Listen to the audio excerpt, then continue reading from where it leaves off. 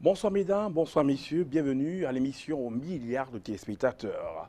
Afrique Santé, l'œil et l'oreille des dirigeants africains sur toutes les problématiques de santé.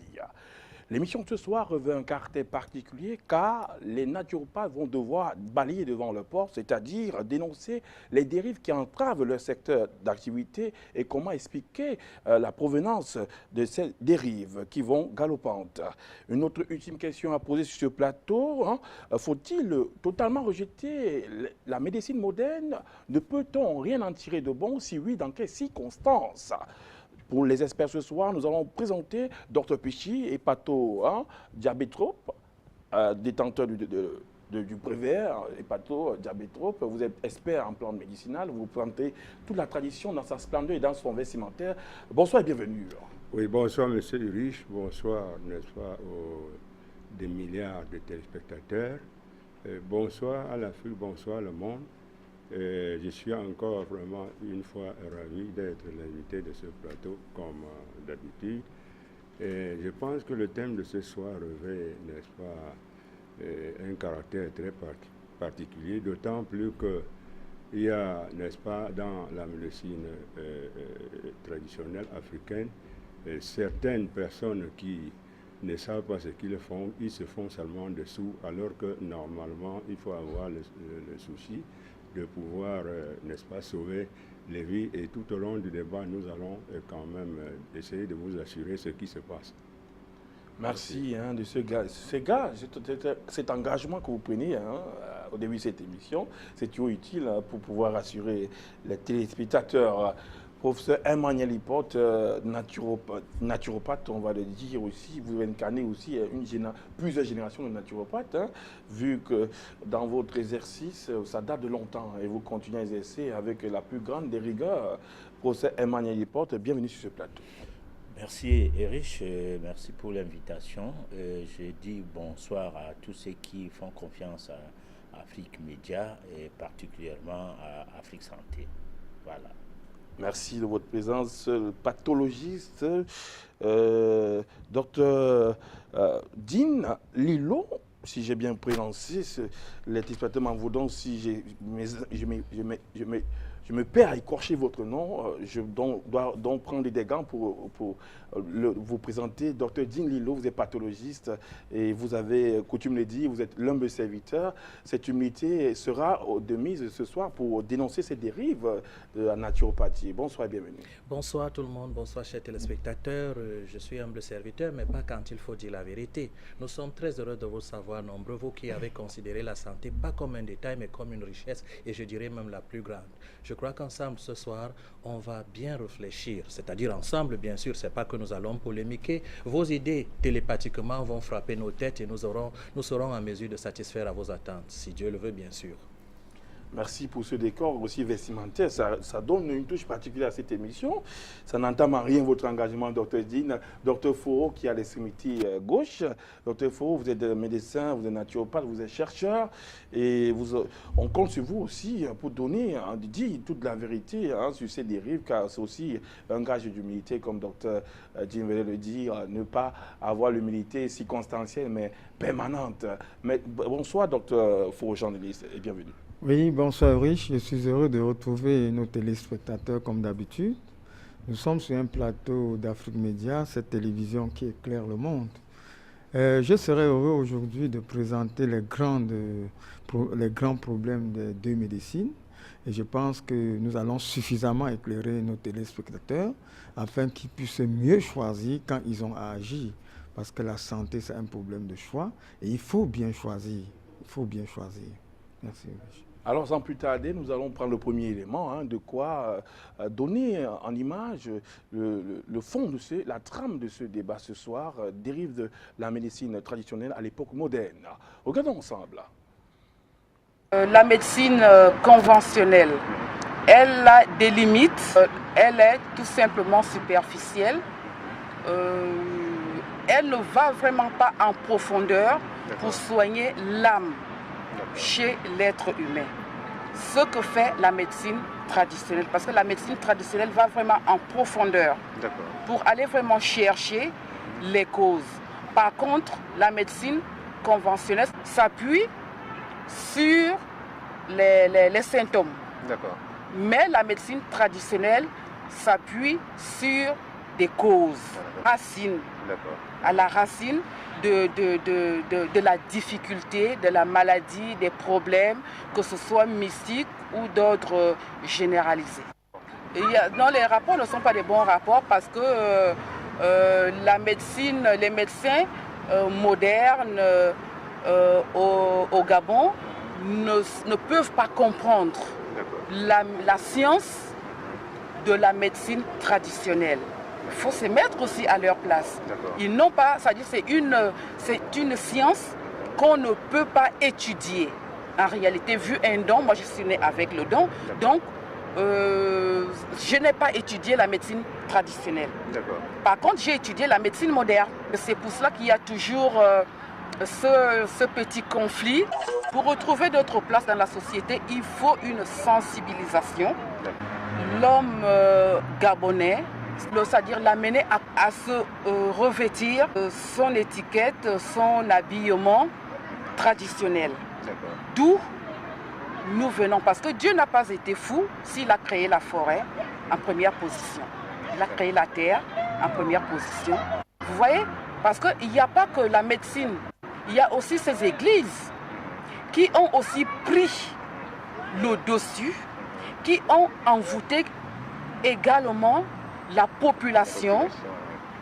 Au jour d'aujourd'hui, ça devient en même temps aussi une guerre avec nous parce que eux, ils ne voient que l'argent.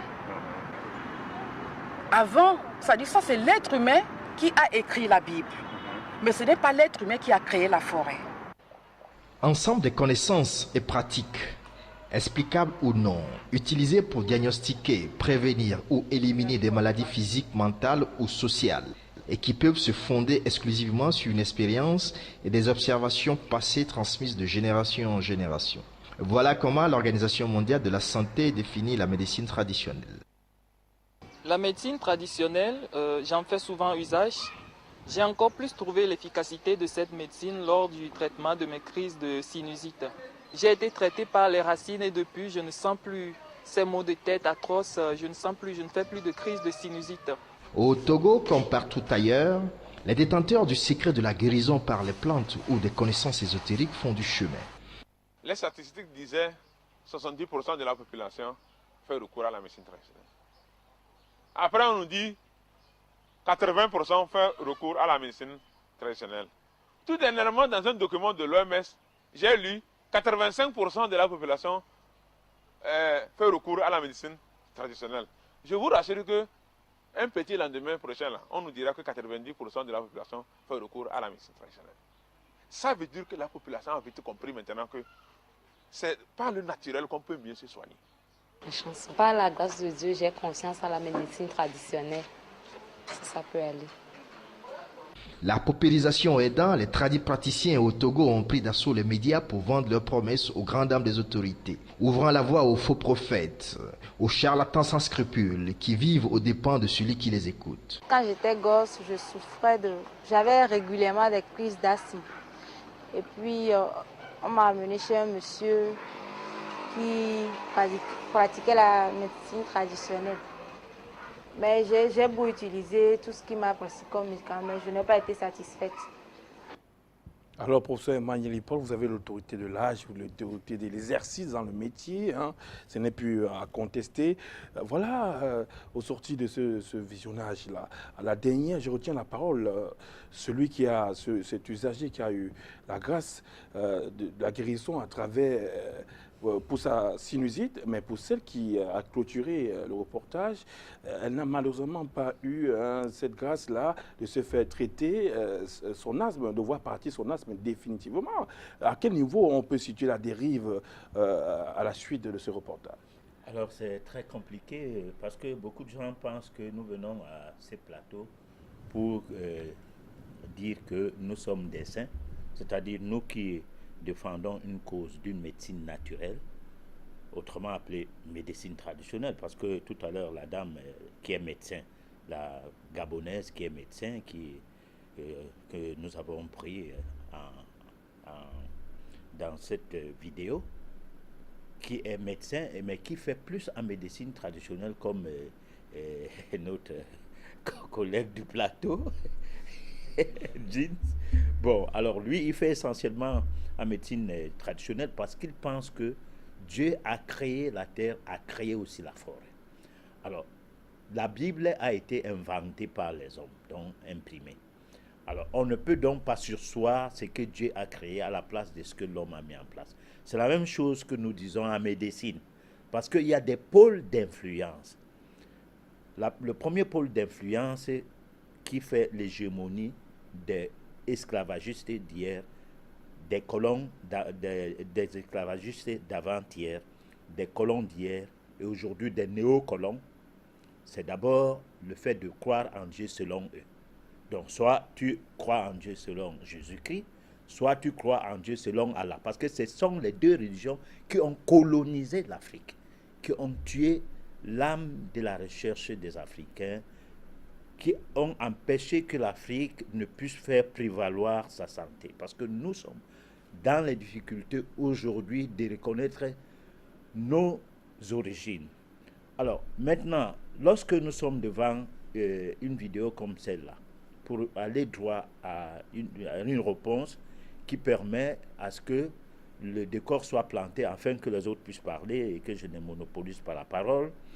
Alors, on va dire que c'est parce que la médecine qui hier était enseignée, on ne privilégiait pas seulement la pharmacopée. Les Africains qui ne connaissaient pas, qui n'avaient aucune connaissance en médecine, ne pratiquaient pas la médecine.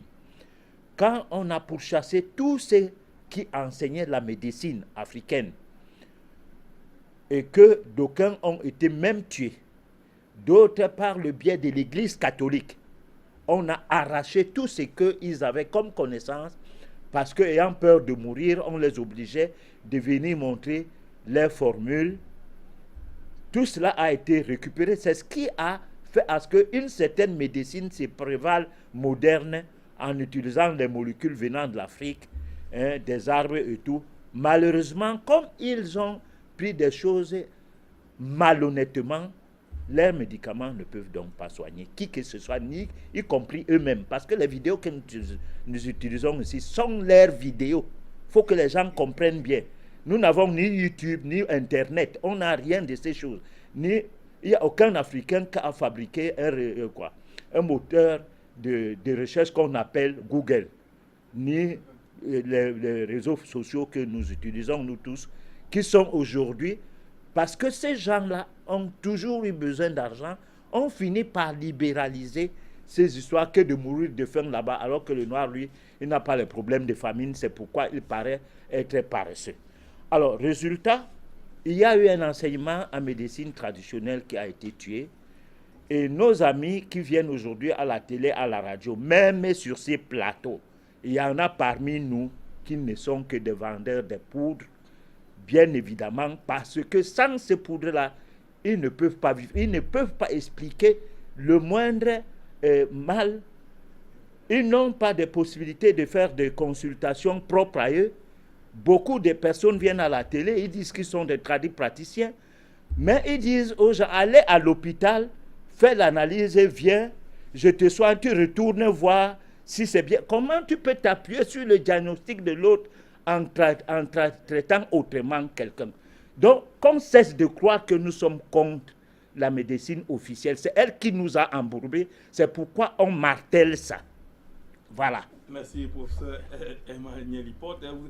Vous avez planté de la manière idéale, de la manière la plus subtile, le décor, je n'aurais pas mieux fait. Docteur Péchy, vous avez, à la suite de ce reportage, d'autres dérives à relever, puisqu'il faut balayer devant sa porte aujourd'hui. L'humilité requiert cet exercice. Oui, je parlerai surtout de cette dérive dans la médecine traditionnelle africaine, parce que de nos jours, nous constatons avec regret que dans la médecine traditionnelle africaine, il y a de faux praticiens qui, n'est-ce pas, il y a des faux praticiens qui pratiquent le charlatanisme pour s'enrichir et également pour appauvrir les populations. Alors que nos ancêtres, n'est-ce pas, n'avaient jamais connu ou n'avaient jamais commis ces erreurs abominables. Alors, ce tradit praticien qui est, n'est-ce pas, faux, c'est qui? Justement, c'est quelqu'un, n'est-ce pas, qui, un matin, bon, il comprend que dans la médecine traditionnelle, il y a telle ou telle plante qui soigne telle maladie. Il va aller se placer dans un carrefour, souvent avec un serpent à côté pour attirer, n'est-ce pas, la foule. Et dès que la foule vient, il commence à balancer des faux médicaments. Et 2 jours après, il va quitter le site pour aller se retrouver dans un autre carrefour, tout simplement parce que il a peur que ses anciennes victimes vont venir lui dire que bon, ça n'a pas marché. C'est ainsi qu'il va faire la ronde de tous les carrefours et puis finalement, il va justement sortir de la ville. Voilà un premier cas de faux tradit praticien. Le deuxième cas, ça peut être le cas où quelqu'un est là, chaque jour, n'est-ce pas, il voyage dans des grands cars où il fait une publicité tapageuse, il balance les médicaments, mais avant, n'est-ce pas, la prochaine localité, il va descendre pour emprunter un autre car. Et c'est ainsi qu'il va faire tout ça pour, n'est-ce pas, sortir l'argent dans les poches des populations.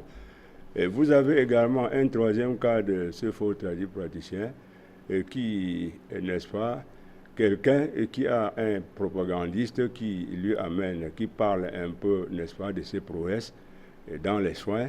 Et dès lors qu'on vient verser l'argent, il se partage et quand le malade vient même, on ne trouve personne. Alors voilà donc ces cas qui se présentent parmi tant d'autres et que le gouvernement, n'est-ce pas, voyant cela, tient à, n'est-ce pas, faire la réforme pour dire attention que ceux qui continuent à faire ce charlatanisme iront, n'est-ce pas, en prison parfois accompagnés des amendes. Merci. Docteur Dinilo, hein, il y a quand même un fait pertinent que Boussa Nialiba a relevé ici. Il a le bien de relever. L'enseignement, avant, quand on enseigne une science comme la médecine africaine, il va de soi que ça limite, ça harmonise la formation et ça diminue le nombre de charlatans. Aujourd'hui, comme il a dit, on n'est plus axé sur la pharmacopée, c'est-à-dire les produits naturels. Chacun va de son contenu, il va de sa foi. D'aucuns diront que j'ai reçu du Père. Comme cela n'est pas observable, il n'y a pas de membre de jury, on ne peut pas évaluer ses connaissanses, et le voilà en train de prendre le produit de X pour donner à Y, et le voilà devenir naturopathe, aux grandes dames des victimes, comme Dr Péchi le dit. Là, il y a dérive. Vous partagez cet avis? Je partage cet avis parce que nous faisons dans la dénonciation des dérives tant dans la médecine, en fait dans les médecines et les notions de traitement en général. Parce que quand on dit santé, les gens pensent juste à la médecine et quand il faut entrer dans les subdivisions de la médecine, on a comme l'impression qu'il faut plutôt parler de santé et les subdivisions des traitants moderne, tradit, ainsi de suite. Mais moi, j'aime toujours qu'on revienne un peu à l'origine des choses. Ou bien, avant l'origine des choses, je voudrais parler un peu de quelque chose de stratégique. Je suis arrivé curieusement un jour au Ghana. Il y a un monsieur qui est passé à la radio pour donner un seul petit secret pour lutter contre la piraterie. Parce que là-bas au Ghana, je vous assure, il n'y a pas de piraterie. Il a supplié au gouvernement de mettre un fonds alloué pour lutter contre la piraterie et que les gens dénoncent ceux qui ont les machines pour presser les CD. C'est chacun qui jetait ses appareils parce que même ton employé allait te dénoncer pour prendre de l'argent. Et c'était des choses qui sont appliquées aujourd'hui au Ghana, un pays d'Afrique. Donc si tu veux aujourd'hui faire dans du faux, c'est ton propre employé ou ta femme qui aura besoin de pointer des millions sur toi. Donc, tout est une volonté, c'est une volonté politique. Voilà. Aujourd'hui, parce qu'il faut faire la promotion de la mafia, je parle des hommes liges, parmi lesquels c'est un ministre de la Santé, n'ayant rien à foutre avec la santé. Je pense aussi à des gouvernements très mal organisés, Et ça s'explique. Hein. Moi, je n'accuse pas comme s'il faut aller tuer les gouvernements ou bien les dénoncer. C'est une histoire de manque d'indépendance à la base. Nous ne sommes pas indépendants du tout, malgré ce qu'on nous balance là partout. C'est une indépendance du style « je te vends la chèvre, je garde la corde ». Quand tu veux égorger, gorge pas, regarde. C'est le style d'indépendance que nous avons. Et les rebelles qui ont voulu, il y en a eu 22 présidents, les rebelles qui ont voulu lever la tête, ils sont morts. Tout récemment, c'est Kadhafi qui en a payé le prix. Nous sommes tous témoins. Donc, lorsque nous allons nous réapproprier une vraie indépendance, l'Afrique va s'asseoir en arbre de palabre pour avoir notre système de gouvernance et nous allons reformer tout parce qu'il s'avère que tout ce qu'on nous a enseigné n'est que du faux pour donner à l'Afrique d'être subalterne. Mais qu'est-ce qu'on attend? Que les gens là viennent nous enseigner pour que nous soyons à leur égalité? Même dans les écoles ésotériques, les monographies des rosicruciens africains ne sont pas les monographies des Blancs. Il y a une franc-maçonnerie africaine, il y a une franc-maçonnerie blanche. L'africaine est là pour exploiter uniquement les Africains. Et beaucoup de présidents sont des serviteurs de ces grosses conneries qu'il faut dénoncer. Alors maintenant, vous voyez, la médecine serait noble aujourd'hui parce que chacun allait réfléchir 2 fois avant d'entrer dedans.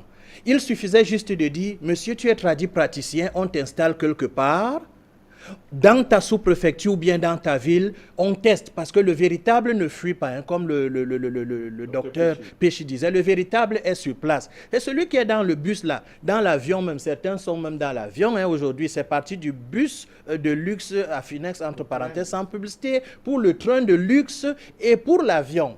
Voilà, qui ment bien vient de loin, mais lorsque tu es sur place, tu es véritable. Et alors, quand on remarque ce melting pot, dans une société où le travail est dur, les gens vont sur Internet pour voir comment on soigne les abcès, les hémorroïdes. Demain, ils sont tradis praticiens. Ça se fait sans capital. Sans capital. Et il y a la chance aujourd'hui qu'on a des radios en FM, on a des chaînes de télévision câblées qui diffusent pour les charlatans le faux. Et je vous dis, hein, ils vont me taper peut-être là à la sortie, celui qui est véritable ne fait pas la publicité. C'est de bouche à oreille. Il ne fait pas la publicité. Celui qui fait la publicité va se retrouver à avoir 100 personnes. Un tradit praticien, un traitant normal, c'est maxi 10 personnes par jour. Celui qui fait la publicité, là, il y a 40 personnes. Il vous vend des perlipimpins. Ça peut être la sciure de menuiserie. Alors le gouvernement aujourd'hui s'en réjouit.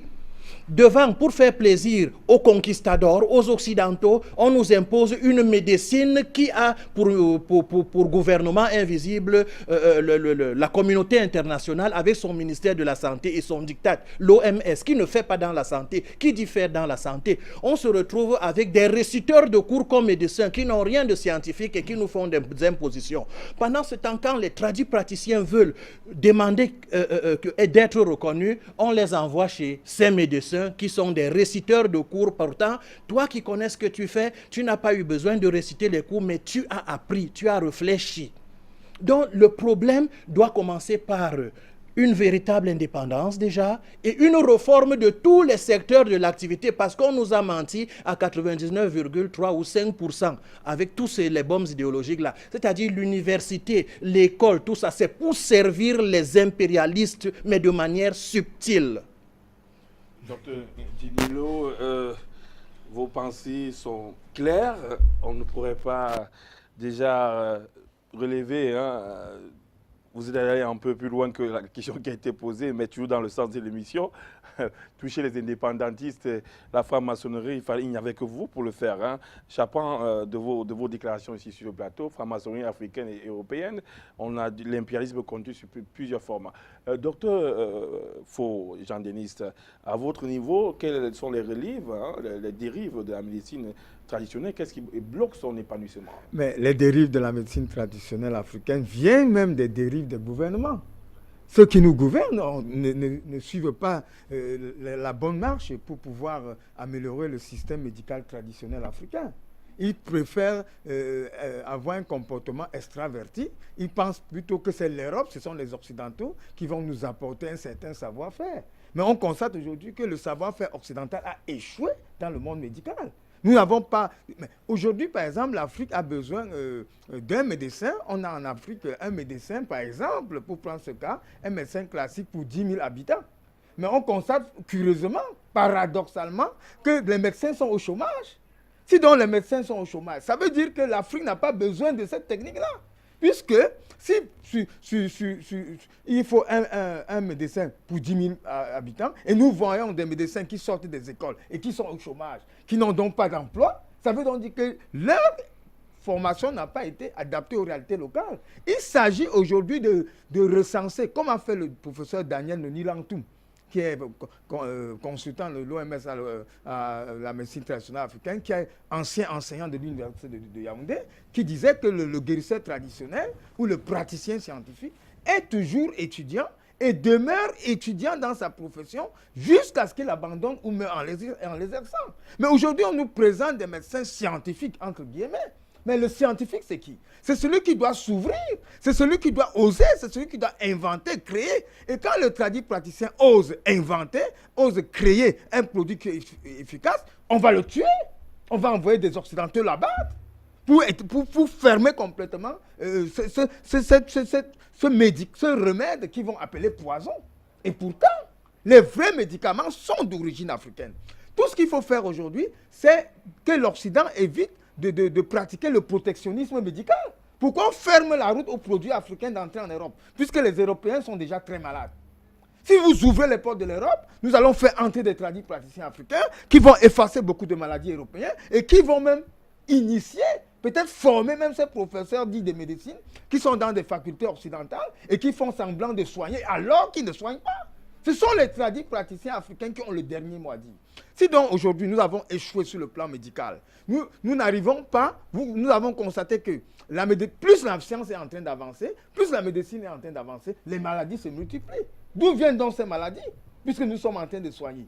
Ça veut donc dire qu'il faut faire confiance aux thérapeutes traditionnels africains. Il faut les sortir du clair-obscur, les mettre dans des écoles de formation, les former et les présenter aux Européens. Voici un tradit praticien qui peut soigner l'asthme. Voici un tradit praticien qui peut soigner votre plaie dite inguérissable. Voici un tradit praticien qui peut faire des merveilles dans les maladies des dermatoses. La drépanocytose, par exemple, ça se soigne. Mais on vous dira, par exemple, en Occident, qu'on ne le soigne pas. On ne le soigne pas. On ne le soigne pas. Il faut les transfusions sanguines. On met les transfusions sanguines sur des gens. On fait quoi avec les transfusions sanguines? L'Afrique peut apporter des solutions parallèles efficaces. Il faut qu'on arrête tout ça. Ouvrez les portes de l'Europe, ouvrez les portes de l'Occident. Nous faisons entrer les thérapeutes africains et vous verrez qu'il y aura moins de malades dans ce monde. Merci, docteur. Professeur Emmanuel Lipote, une question me vient là. On constate que le nombre d'évacuations sanitaires, je ne vais pas citer le pays que vous et moi nous connaissons, ça augmente d'année en année et la fourchette, le plateau technique pour pouvoir assurer cette évacuation, on sait bien que c'est pas 2000 francs, c'est des millions. Mais là, quand on veut, on ne pense jamais, ou alors peut-être les gouvernants font peut-être esprit de ne pas penser peut-être aux naturopathes, juste parce qu'on a catalogué de charlatans.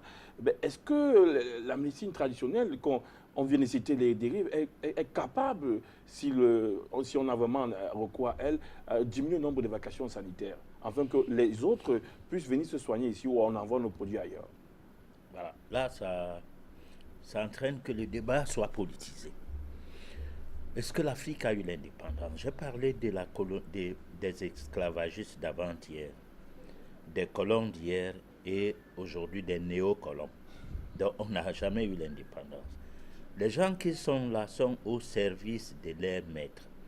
Leur maître, c'est la France, c'est l'Angleterre. Et la France, pire encore, a 15 pays. Et c'est l'Afrique qui paye sa sécurité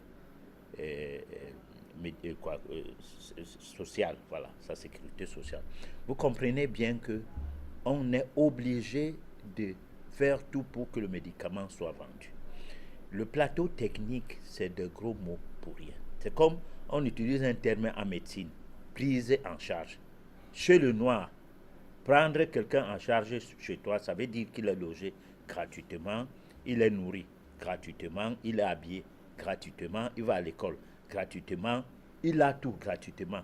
Mais la prise en charge des hôpitaux, on te pille les poches, on finit ton argent complètement et puis on te déclare incurable alors que le premier jour, quand tu arrives là, tu n'as qu'une indigestion et tu viens de tes pieds, personne ne te tient à la main.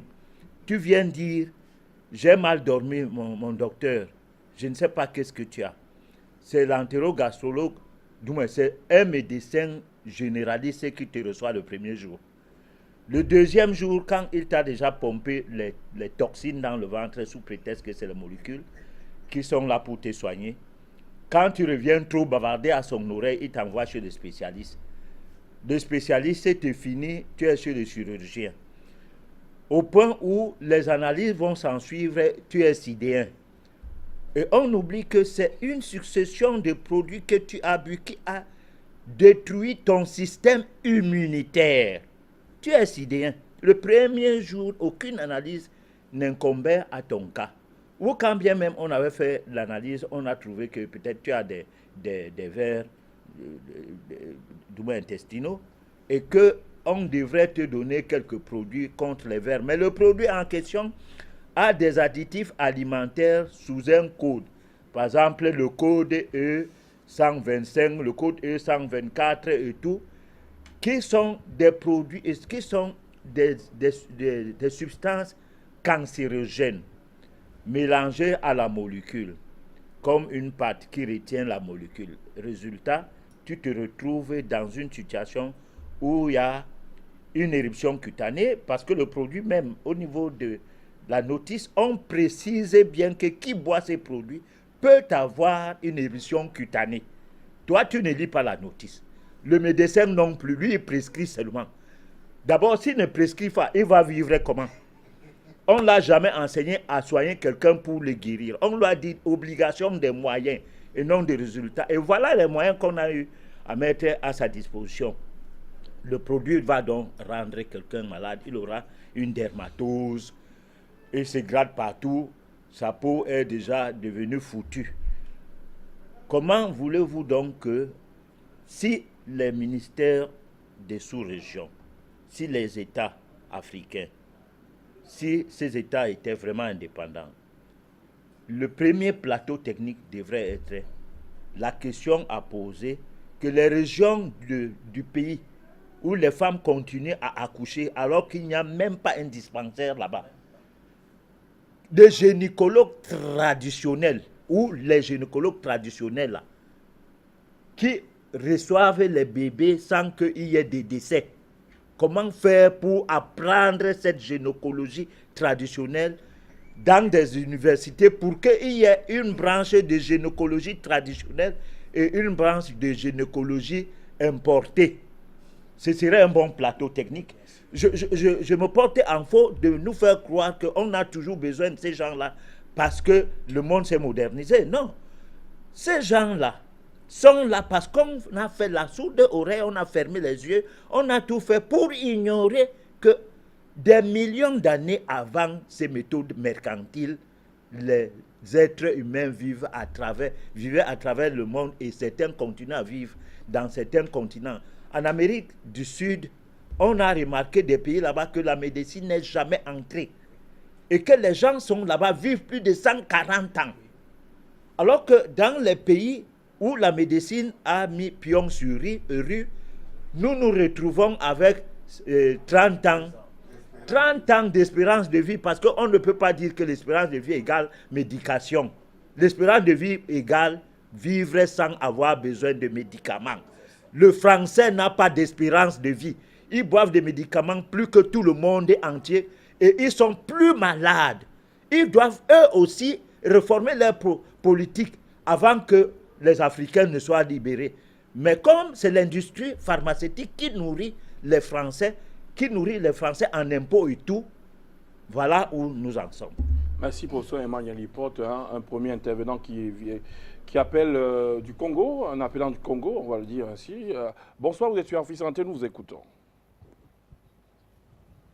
Nous prenons l'appelant du Cameroun en attendant que celui du Congo revienne. Bonsoir et bienvenue.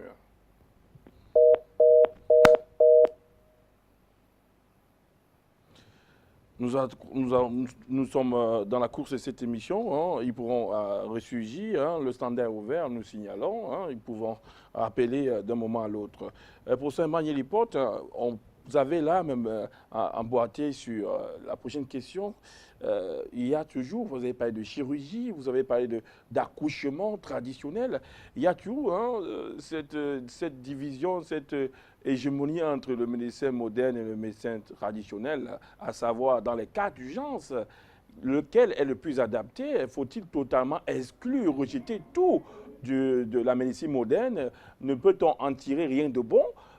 Et maintenant, dans les circonstances, dans le cas d'exemple, les chirurgies, on parle des chirurgies en disant peut-être, semble-t-il, qu'on ne peut pas, le médecin traditionnel est inapte à faire des chirurgies. Avec cet élément, on va entrer avec cet élément pour pouvoir revenir, avoir des réponses palpables et concrètes sur ce plateau.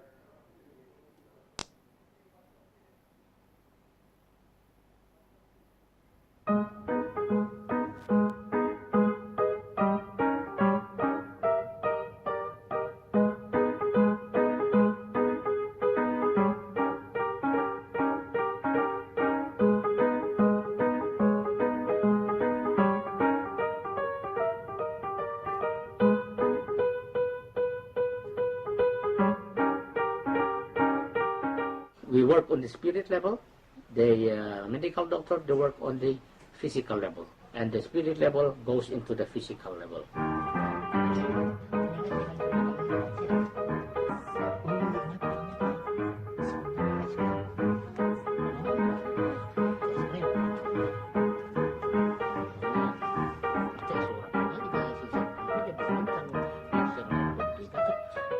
Here in the East, there are a lot of people here have such an enormous spiritual powers which you cannot believe.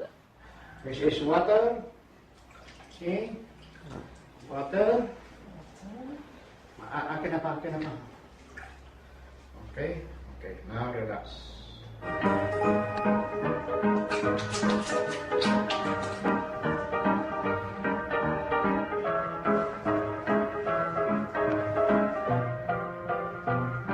Faith makes miracle. It is not me. Faith is beyond conviction, beyond believing. It is accepting the power of God. God do the healing, I am the instrument.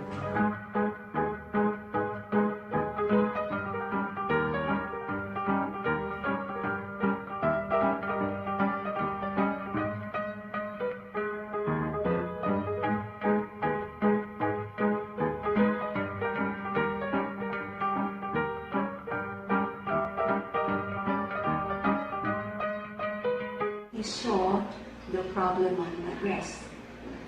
And then he said, oh, you have a cyst. Without saying anything to him. I work not to compete with the medical doctors. And then when I went to the doctor for the checkup, and then they found out that my cysts are gone.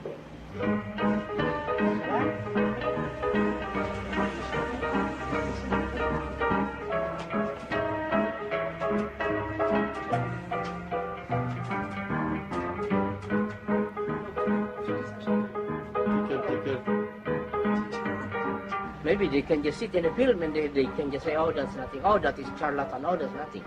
But it's for me. I'm not being disturbed. Whatever they say, I said, oh, thank you. I had an infection in my elbow, so I went to the doctor. And the doctor put me on antibiotics for 2 weeks. But the antibiotics didn't work. So I went to the faith healer. And 2 days later, I was okay. Your kidney is working very well? Yeah. Yeah, very good.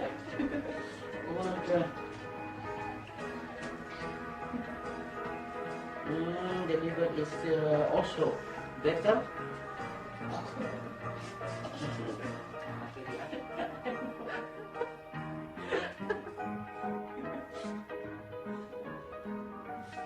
You don't feel any pain or anything. It's really amazing. We all have spiritual abilities.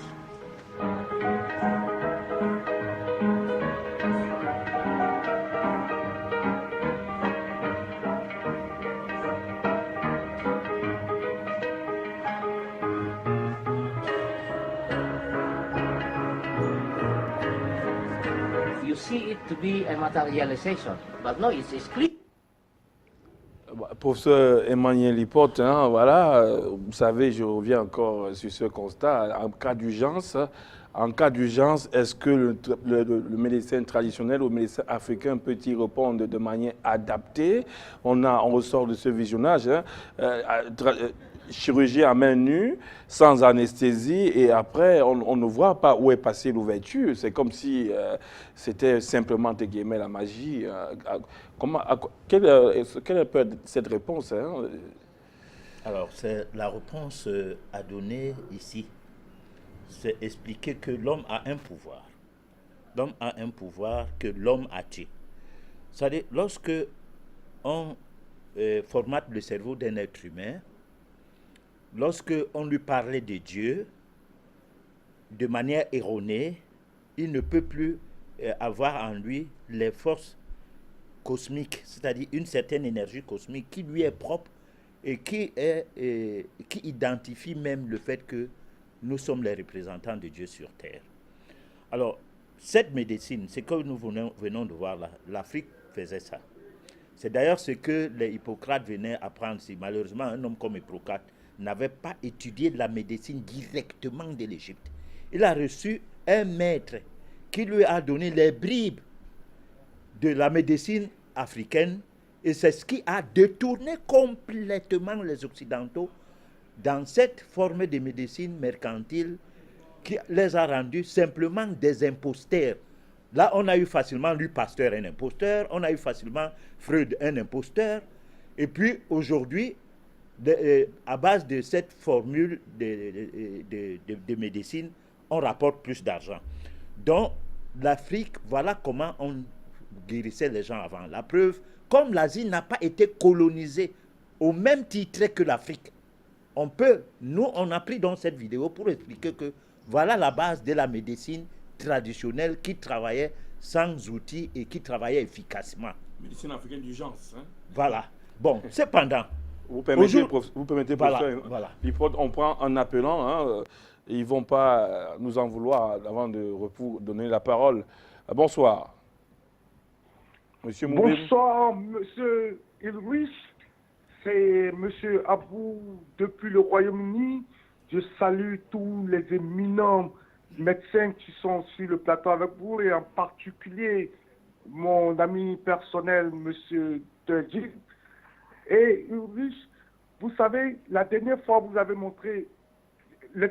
D'abord, je commencerai par faire une doléance au PDG d'Afrique Média, lui demander d'accorder 3 heures de temps à l'émission Afrique Santé, parce que sans la santé, comme je le répète à quiconque veut l'entendre, il n'y a pas de politicien.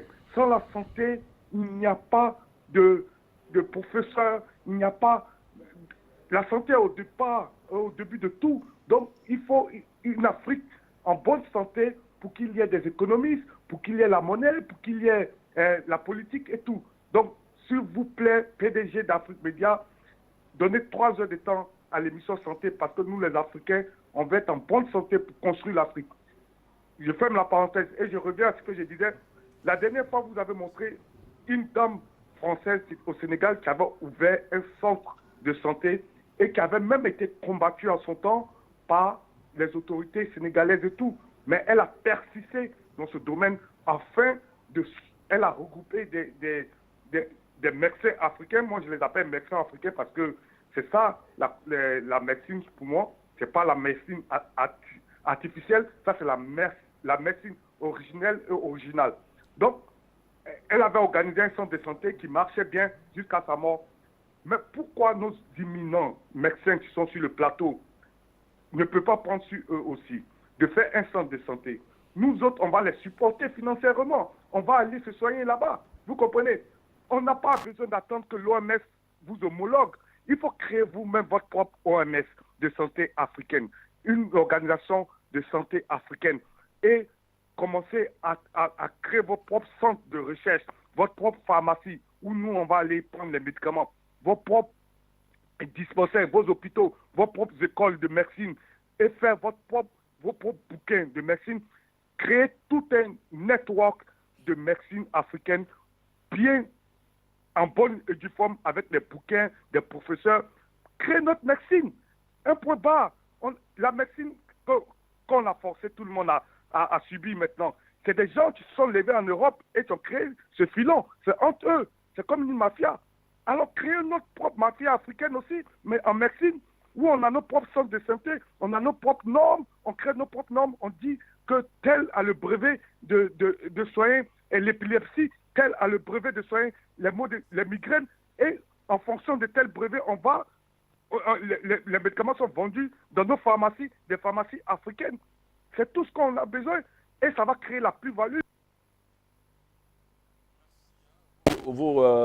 Vos doléances ne sont pas tombées dans les oreilles des sourds. On va donner la parole au coordinateur, Dr Dean, en même temps expert sur ce plateau, hein, avant de redonner la parole à notre appelant. Dr Dean, Monsieur Abou, depuis l'Angleterre, qu'est-ce que vous avez à dire en création d'un centre de santé? Oui, c'est une promesse que je fais déjà parce que ça fait partie de notre vision, c'est-à-dire essayer de réunir les véritables.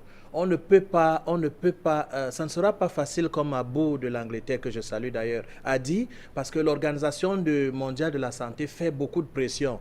L'UNICEF met beaucoup de finances pour que les médias soient au diapason de leurs attentes. Bolloré à Canal Plus ici, c'est lui le diffuseur des réseaux câblés, et on n'a pas une autre vision que celle qu'on voudrait nous imposer. C'est-à-dire, vous n'allez jamais voir dans un canal sur Terre un canal géré par Bolloré, c'est-à-dire Canal Plus, qui nous impose son dictat audiovisuel avec son formatage et l'aliénation, ce genre de vidéos. Parce qu'il faut nous imposer leur médecine dite cartésienne qui a pourri le monde avec des maladies iatrogènes, et l'Organisation mondiale va jusqu'à reconnaître que 50% des maladies sont iatrogènes.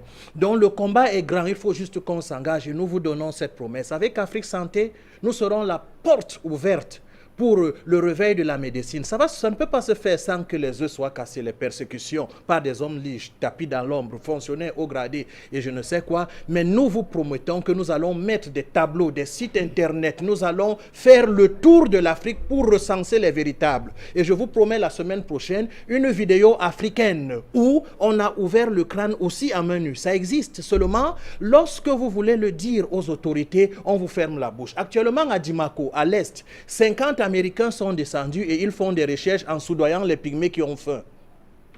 Pour connaître nos derniers secrets. Ils vont rentrer, ils vont ramener du n'importe quoi, comme ils prennent notre bois, ils nous amènent ils nous envoient même des camions gros porteurs avec la sciure comme coca.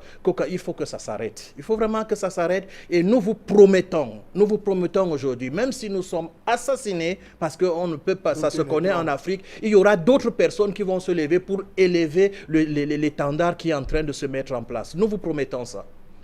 Merci de cet apostolat. Nous sommes apôtres, donc beaucoup d'autres suivront, vu qu'on a ouvert la voie, on ouvre la voie. Un autre appelant pour intervenir sur ce plateau. Bonsoir.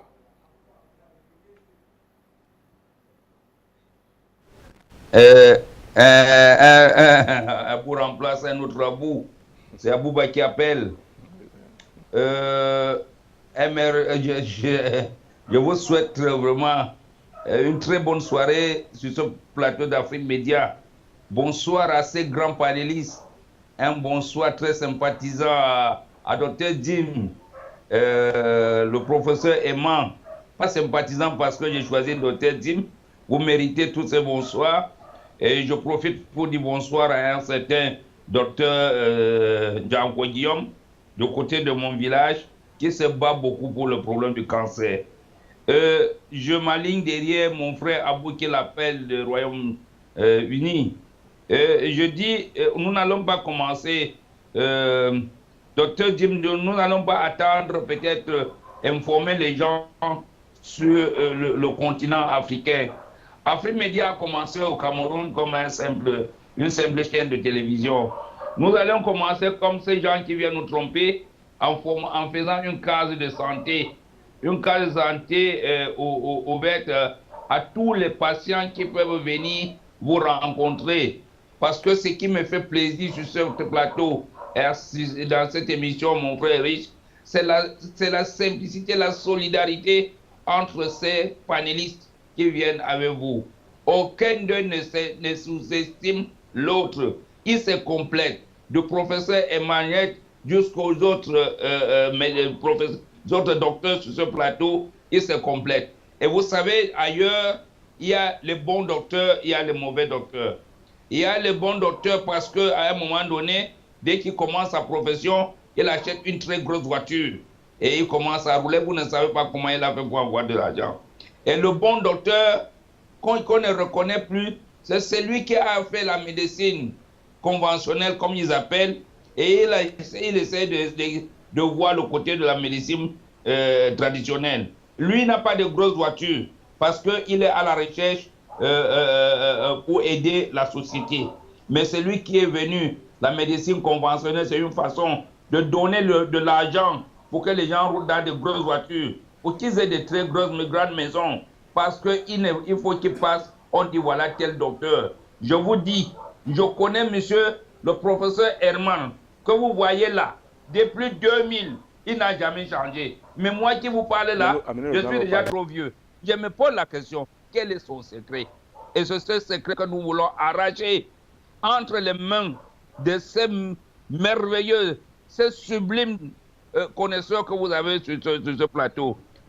Et vous savez, sans santé, on ne peut pas être politicien. Il ne faut pas qu'on donne plus de temps à la politique et on donne moins de temps à la santé. Sinon, nous n'allons pas atterrir là où nous voulons atterrir. Il faut que, comme disait mon frère Abou, qu'on ajoute plus de temps pour la santé. Nous allons soigner une société et nous allons essayer d'exploiter les gens, de servir ceux qui veulent faire la politique. Je vous encourage, je vous dis chaque jeudi soir, quand je loupe cette émission, je commence à être malade. Je suis Afrique Média et je resterai Afrique Média à cause aussi de cette émission Afrique Santé. Riche, vous méritez quand même d'être nominé parce que nous ne connaissons pas.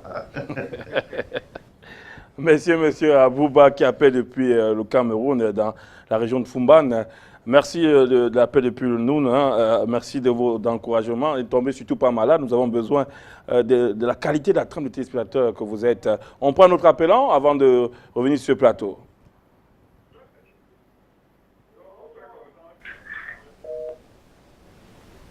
Bonsoir. Bonsoir à vous. Mes respects à tous les panélistes sur le plateau. Merci pour tous les renseignements que vous nous donnez.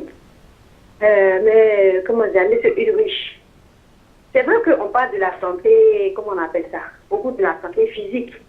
Mais moi, j'ai remarqué qu'on a beaucoup de grands malades. Il y a beaucoup de gens, la santé mentale. C'est-à-dire que je ne vois pas trop nos frères africains exceller là-dedans. Pour rien, les gens s'en vont dans les, comment on appelle ça, on les envoie sur des médecins pour leur donner beaucoup de psychotropes, beaucoup de choses. Et que je ne vois pas nos frères africains vraiment exceller là-dedans. Et deuxièmement, je suis d'accord avec mes prédécesseurs. La dernière fois, j'ai appelé. J'appelle la Côte d'Ivoire, je suis Madame Sissi.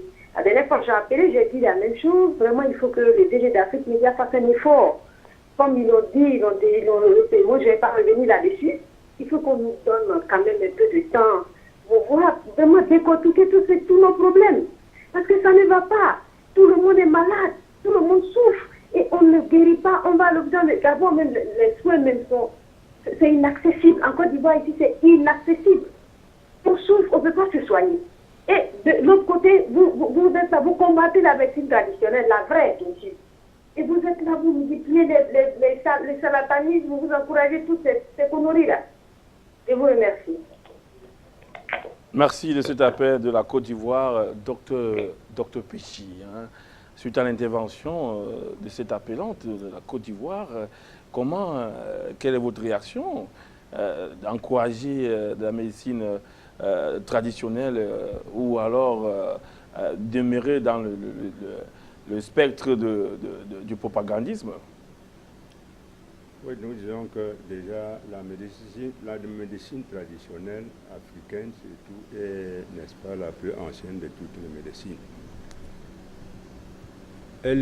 La médecine traditionnelle africaine est la plus ancienne de toutes les médecines dans le monde. Alors, à ce titre, c'est une médecine qui est à base des plantes médicinales. Pourquoi? Parce que quand Dieu a créé le monde, il a fait il a mis à côté une végétation qui comportait également, n'est-ce pas, des plantes médicinales. Et c'est à base de ça que, n'est-ce pas, dans la médecine traditionnelle, on soigne efficacement, alors que la médecine dite conventionnelle prend ces plantes médicinales pour aller entrer dans des laboratoires chimiques et puis ils font des médicaments chimiques qui créent d'autres maladies. Donc je dirais que sans, n'est-ce pas, fausser les lois de la nature, nous resterons dans cette médecine qui a, n'est-ce pas, de très grands résultats et que finalement aujourd'hui, même les Occidentaux eux-mêmes voient que vraiment la voie qu'ils ont empruntée, c'est les voies de violation. Merci, Dr Péchi. Je reviens à la question. Hein. Je vais pas, on ne m'en voudra pas de reposer ces questions. Faut-il rejeter totalement la médecine moderne ou alors peut-on en tirer quelque chose de bon? Et si oui, dans quelles circonstances? Là, on vient de voir comment, à la suite de la lumière qu'a donnée le professeur Emmanuel Pote, avant les Africains, avec la médecine d'urgence, on pouvait, comme cet Asiatique, intervenir sur un cas. On a vu celle qui avait la tumeur au niveau des seins, on a vu un enfant qui avait le problème de rein. Je suis encore dans l'étonnement. On a juste avec une palpation, hein, le sang a jailli, ensuite la tumeur a été retirée et il n'y a même pas eu de point de suture. Bon, voilà, je suis étonné puisque je regarde à travers le spectre de la médecine moderne, vous ne m'en voudrez pas. J'ai été quelque part aussi victime de formatage. Docteur Dean, que faut-il faire? Est-ce qu'il y a quand même une part à garder dans la médecine moderne ou alors combien d'hommes faut-il former les Africains à cette méthode? Je vais vous répondre, Ulrich, comme j'ai l'habitude de faire. Vous voyez, lorsque vous regardez le travail de Rockefeller, vous le trouvez dans les puits de pétrole. Après les puits de pétrole, les firmes pharmaceutiques, il est aussi là-dedans. Il a assez d'actions là. Après, le cartel médiatique que vous connaissez qui impose sa vision de la vie via les chaînes de télévision et les radios.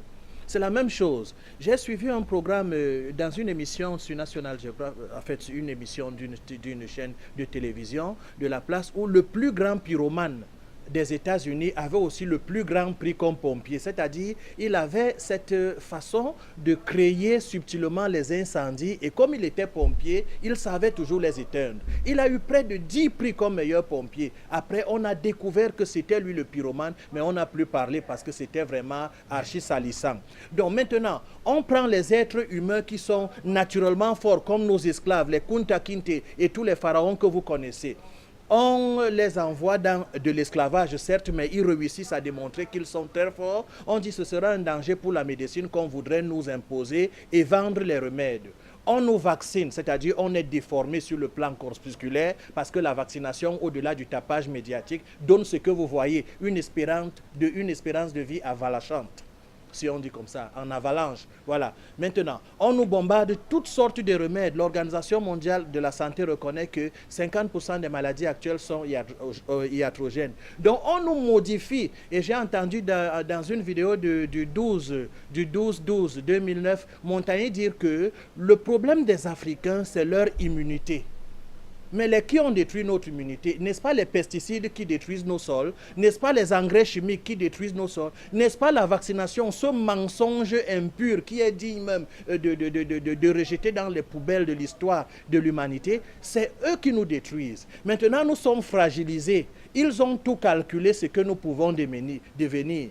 Ils s'assoient donc, ils trouvent comment nous soigner. On a les bobos tous les jours, les cancers nouveaux. Nos jeunes filles ont des fibromes et des myomes. Ils apprennent à opérer ces fibromes, ces myomes. On applaudit. Les qui ont modifié systématiquement l'être humain pour vendre une certaine médecine et les médicaments. C'est eux. Ne soyons donc pas épatés quand ils savent opérer les fibromes qu'ils ont donnés et les myomes. Non, pas du tout. Moi, je pense que si la médecine est nobelisée parce qu'elle fait bien sa chirurgie, les chirurgiens d'aujourd'hui ne sont pas les créateurs des fibromes et des myomes. Ce n'est pas eux qui ont manipulé. Donc, qu'est-ce que je veux dire par là? Pendant que nous sommes fragilisés et modifiés, allons nous faire opérer et allons au service des urgences. C'est clair. Mais on ne va pas applaudir. Le pyromane qui vient faire le feu chez toi et il éteint bien, il est digne d'être applaudi. On peut le respecter parce qu'il a réussi à éteindre. Donc, si vous avez une fracture ouverte, allez à l'hôpital. S'il faut vous opérer une appendicite, allez à l'hôpital. Vous avez une infection urinaire très grave, là, allez d'abord à l'hôpital. Parce que la médecine ancestrale n'est pas urgentiste. Elle est une médecine à long terme parce qu'elle prend le temps d'étudier l'homme dans sa globalité. Et voilà, et en matière de maladies chroniques, de la même manière que je vous envoie à l'hôpital pour vous faire chirurgier, pour vous faire soigner les plaies, ils savent aussi faire la circoncision. C'est comme ça que je vous déconseille en matière de maladies chroniques de faire confiance à Chez. On va vous médicaliser, ça va percer vos estomacs et vous serez juste de bons acheteurs. Vous avez vu des vidéos ici où les gens se plaignent d'avoir 12, 14, 22 médicaments par jour. Il reste quoi 2? Si quelqu'un a compris quelque chose. Alors, docteur Faux, Jean-Denis, on continue dans cette lancée-là. Faut-il totalement exclure de la médecine moderne? Ne peut-on en tirer rien de bon, hein? On voit, je peux prendre le cas d'exemple, à la suite c'est difficile de parler vraiment avec beaucoup d'arguments à la suite de cette vidéo où on voit la chirurgie traditionnelle. L'anesthésie, on sait bien qu'avant, il y avait beaucoup de douleurs. Aujourd'hui, avec l'anesthésie, quand même, ça facilite bien des interventions. Le docteur Dina parlait du cas des appendicites aigus. On peut parler aussi des grossesses ectopiques, des accidents de circulation avec plaie ouverte, des hernies étranglées. Comment réagit le médecin africain que vous êtes? Mais le problème aujourd'hui, c'est de comprendre qu'une culture n'est pas absolument la fidélité au passé, mais l'adaptation au présent. Nous pouvons adapter notre médecine à l'évolution actuelle du monde. Donc, on ne peut pas rejeter complètement la médecine occidentale, la médecine dite moderne, hippocratique, mais on peut l'adapter aux réalités africaines. C'est-à-dire, quand nous avons des cas d'urgence comme des appendicites aigus, des grossesses extra-utérines, des hernies étranglées, nous pouvons faire confiance à la médecine occidentale. Mais en dehors de ça, je ne vois pas vraiment dans quel cas la médecine occidentale peut intervenir de façon rigoureuse. Parce que les maladies dégénératives que nous avons aujourd'hui, les maladies de la civilisation, quand nous allons vers les thérapeutiques africaines, qui sont plus naturelles et plus douces, nous avons des résultats. Je demanderai tout simplement aux Occidentaux d'ouvrir les frontières et de faire confiance aux thérapeutes africains. Ils verront qu'ils seront moins malades. Il faut faire confiance aux thérapeutes africains. Donc, il ne faut pas seulement dire que nous allons faire ceci, nous allons faire cela. Les médecines se complètent. On peut bien accepter la médecine sous un pourcentage de 20%, la médecine classique, qui viendra au secours des thérapeutiques africaines. C'est tout simplement ça. Merci de ce pourcentage.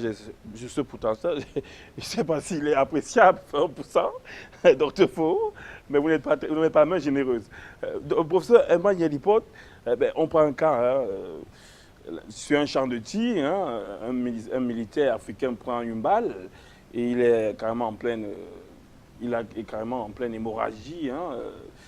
Comment faire pour intervenir dans ce cas? Est-ce que on pourra avoir, je pense, au premier secours, vous n'en voudrez pas, je suis l'arbitre de cette émission.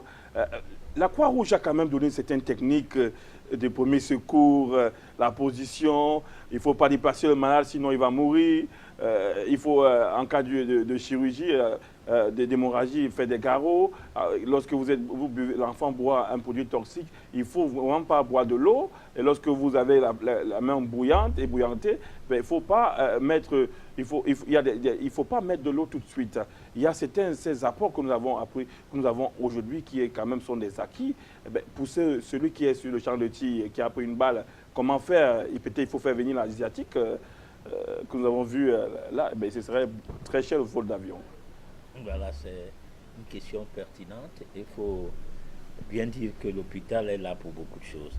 Mais, disons, s'il faut contextualiser le travail des tradipraticiens et le travail des thérapeutes de la médecine traditionnelle, parce que les tradipraticiens n'en existent même pas.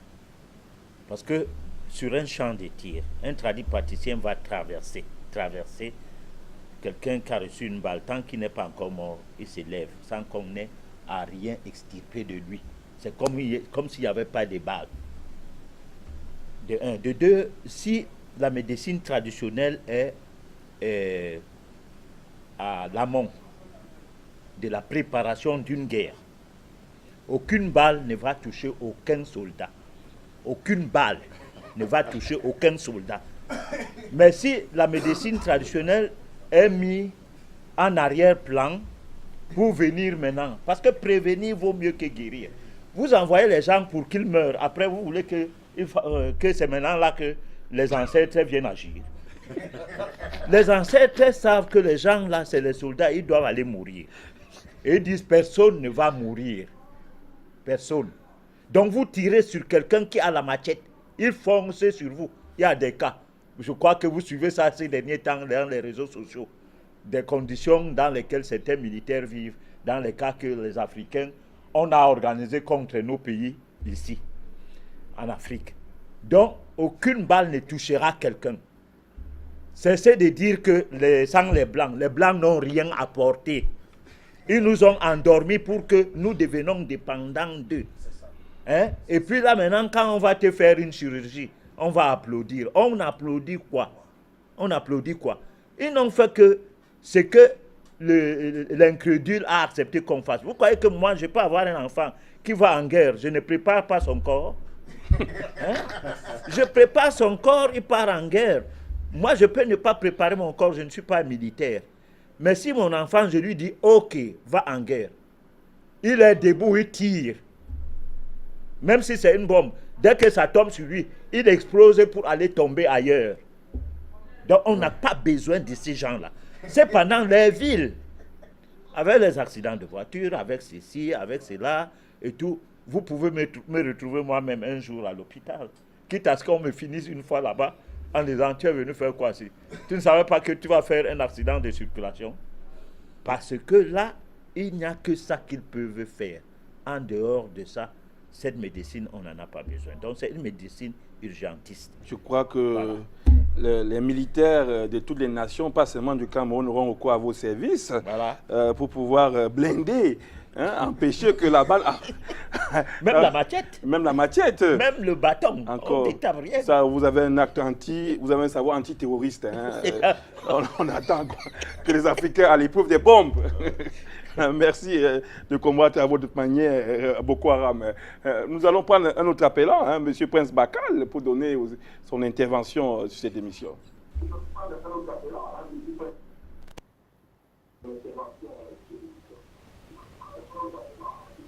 Oui, Yurish.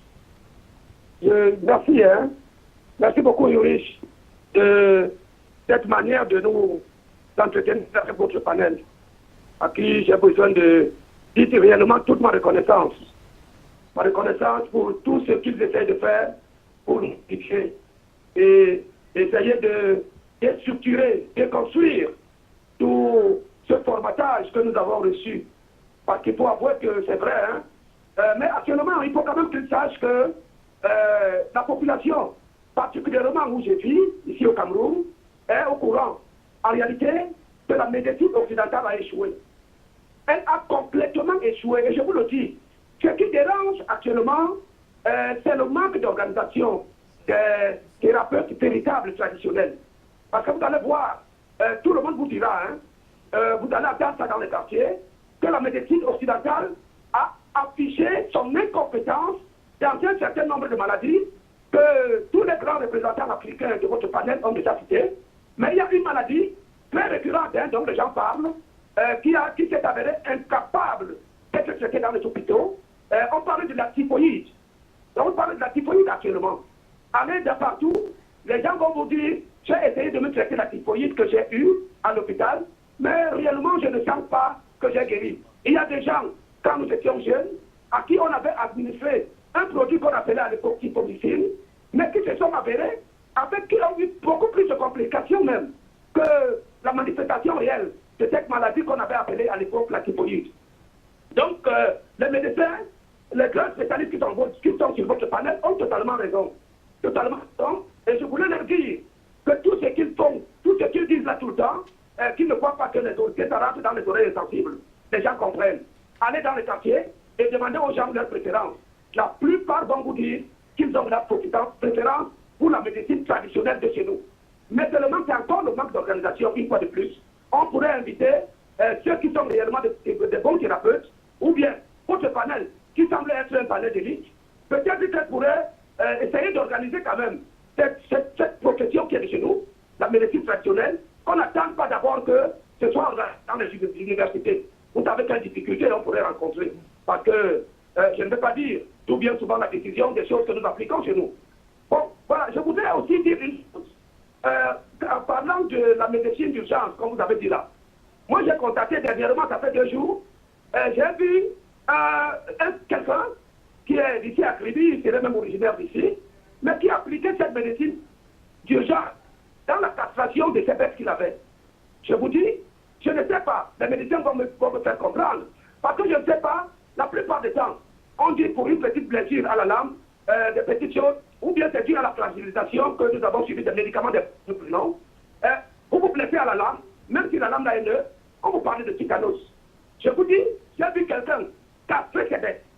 Castrer ses bêtes avec des équipements qu'on pourrait planifier dans la médecine occidentale des souliers, parce que ça n'a pas été bouilli à c'était combien, alors à 100 degrés en eau pendant peut-être 3 jours. Mais il a utilisé cet équipement qu'il avait à casser ses bêtes. Peut-être, les médecins me diront, si les bêtes sont exemptes des maladies contagieuses, parce qu'on a enlevé les parties génitales, en fait, une partie des parties génitales de ces bêtes, mais qui ne sont pas mortes. Ils sont encore. Et les plaies sont très facilement cicatrisées. Alors je ne sais pas. Donc je dis la médecine d'urgence africaine existe, mais je ne sais pas seulement, et les spécialistes nous diront, pourquoi c'est seulement appliqué, seulement sur les animaux actuellement. Est-ce qu'on ne peut pas faire de même sur les bêtes? Je vous dis, c'est fait chez nous. J'étais de passage à Kribi et j'ai vu quelqu'un faire cela. Donc je voudrais une fois de plus exprimer vraiment toute la reconnaissance à tout votre panel et leur dire, docteur Gibbs, leur parle tout le temps de bâtir l'agression. Nous savons bien que ces gens qui sont venus chez nous pour vendre les médicaments, ils n'ont pas pour nous guérir. Donc, la culture de violence dans leur sang. Mais je crois qu'ils ne réussiront pas. Merci beaucoup. Continuez. Nous sommes à l'écoute. Merci. Peut-être certains médecins ont choisi comme cobaye pour le laboratoire les souris qui n'arrivent pas à castrer. Peut-être votre animal ne ferait pas l'objet de leur choix. Peut-être ils diront pour se défendre. Mais il n'en demeure pas moins que ce que vous dites a toute sa pertinence. Pourquoi est-ce que cet animal castré de manière traditionnelle n'est pas atteint de tétanos, puisqu'ils font préalablement les tests sur les animaux avant de dériver de faire une translation sur les êtres humains pour doubler l'efficacité de leur traitement. Nous allons prendre notre appelant avant de sortir de cette émission. Notre appelant.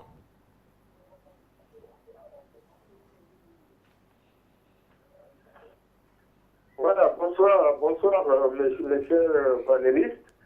J'appelle, je vais être très bref. Moi, je pense que personne ne nous empêche de faire nos recherches. Même pas les Européens. C'est nous qui les attendons. Nous ne faisons rien pour essayer de faire nos propres recherches. Moi qui vous parle, je pratique la médecine psychosomatique intégrale. C'est-à-dire soigner le corps, l'âme et l'esprit. Alors, c'est dans cette recherche que je me suis rendu compte que lorsqu'on parle de système immunitaire, la science médicale conventionnelle se trompe complètement. Parce que lorsqu'on parle de système immunitaire en nous disant que les globules blancs sont dans le corps pour faire les gendarmes, je dis c'est faux. Alors, dans la médecine psychosomatique intégrale, système immunitaire égale taux vibratoire des cellules. Et pour maîtriser et pour faire vibrer les cellules, il faut absolument maîtriser l'âme et l'esprit. Et lorsque vous élevez le taux vibratoire de vos cellules, aucun micro-organisme pathogène à taux vibratoire bas ne peut rentrer dans votre système et se développer. Ça veut simplement dire quoi? Ça veut simplement dire que si le plasmodium, si n'importe quel virus, si le microbe rentre dans notre système et nous rend malade, ça suppose que le taux vibratoire, n'est-ce pas, de ce microbe est plus élevé que le taux vibratoire de nos cellules. C'est de ça qu'il s'agit. Alors, le Créateur Dieu ne pouvait pas créer l'homme et ne pas prévoir le service après-vente. Le service après-vente prévu par Dieu, c'est l'âme et l'esprit. Il faut seulement revenir à nos traditions, c'est-à-dire croire à la magie et à la sorcellerie.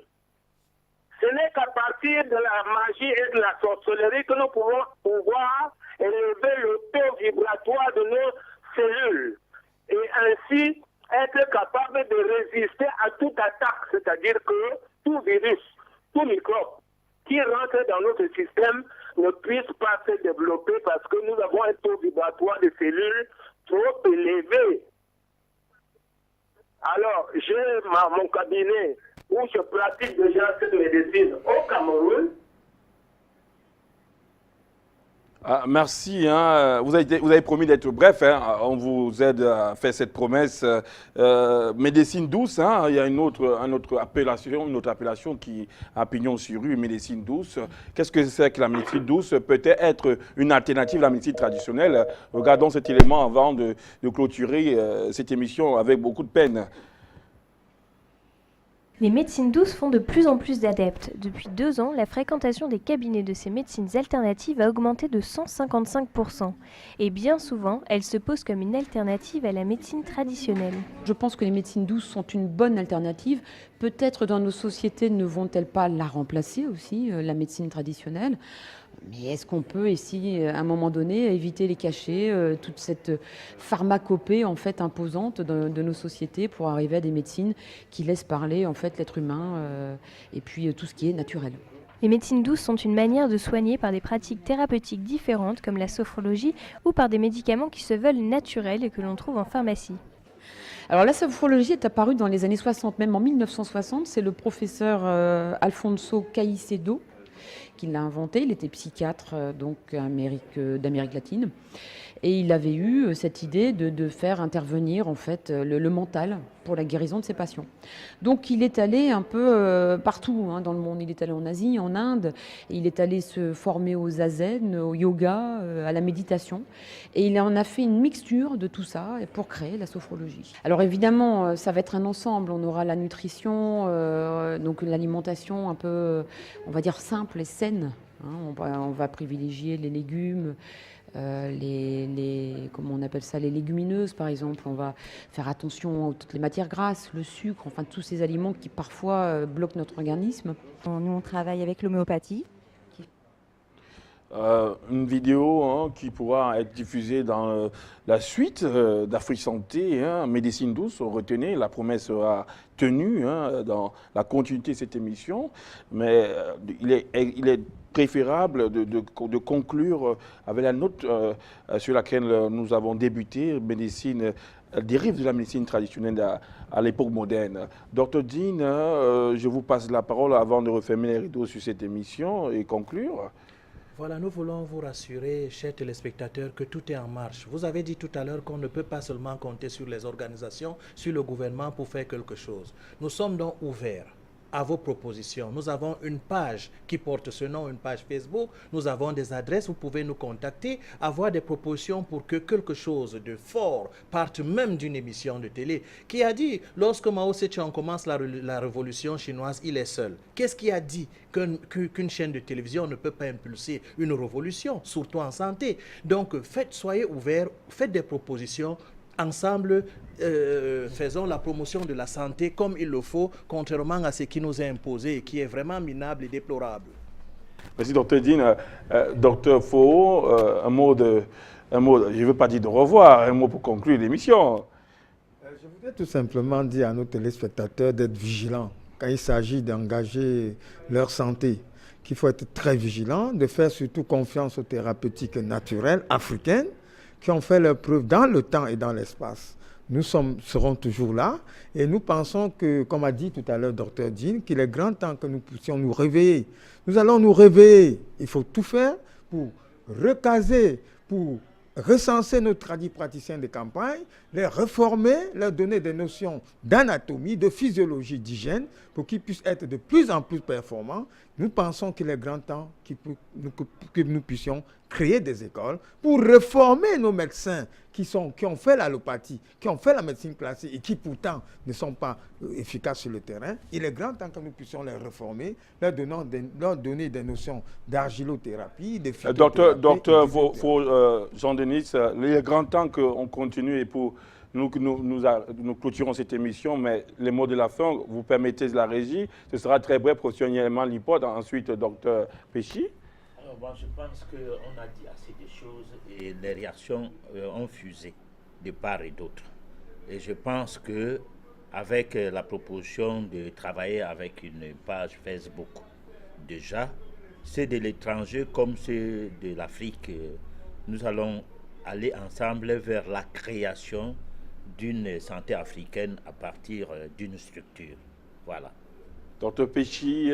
Oui, disons que la médecine traditionnelle africaine, comme je l'ai dit, est celle qui est la plus vivante. Il faudrait que nous puissions, n'est-ce pas, essayer de faire quelque chose pour la survie des personnes qui souffrent, n'est-ce pas, de cette médecine dite conventionnelle qui n'est là que pour, n'est-ce pas, présenter aux gens des médicaments qui, à la longue, créent les autres maladies et puis on va, n'est-ce pas, vers la mort, je peux le dire. Donc, faisons beaucoup attention, à savoir rester dans le naturel comme Dieu l'a prévu, avant que vraiment qu'on puisse avoir une meilleure santé. Merci Dr Péchi.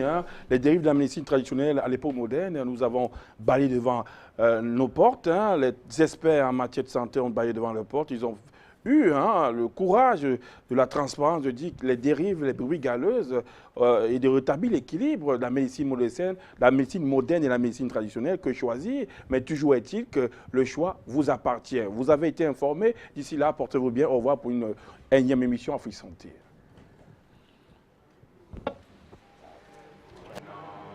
La